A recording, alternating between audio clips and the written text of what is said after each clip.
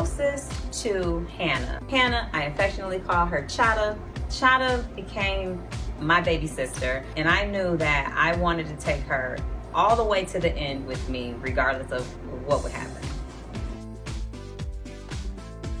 The thought of who is going to walk out of the house next week is very scary because I don't want anyone to walk out. I can't even fathom who the winner of this season will be. I would expect it would probably be Big D, because if anyone takes him to Final 3, Big D will sit in the Final 2. Azah and I developed a sistership. Like, Azah is my sister. At first, we struggled with our game strategies, and then I didn't want her to take my strategies personally. But Azah and I sat down, had a very open and candid heart-to-heart, and ever since then, Azah and I have been connected. She was my sister before, but I know she is my sister now. Sitting on the block next to Hannah was terrible. That was worst case scenario for me because I couldn't campaign against Hannah.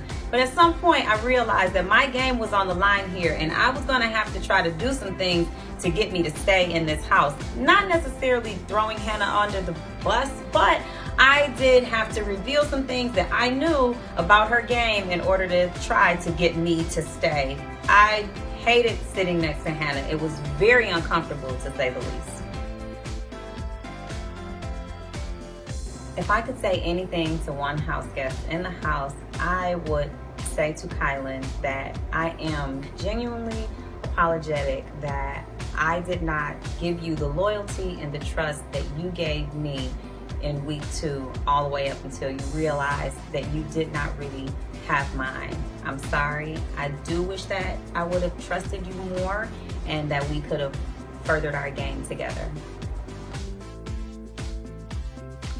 One of my favorite memories is a fairly new memory, day 65, when we looked around and realized that the cookout had accomplished their goal. It's something I will always remember. It's a memory that is ingrained in my brain. The feeling is unexplainable. It is one of the best memories. If I have no other memories, I will always remember day 65. I do not have any regrets about how I played this game. I came ready to play Big Brother before the door even opened.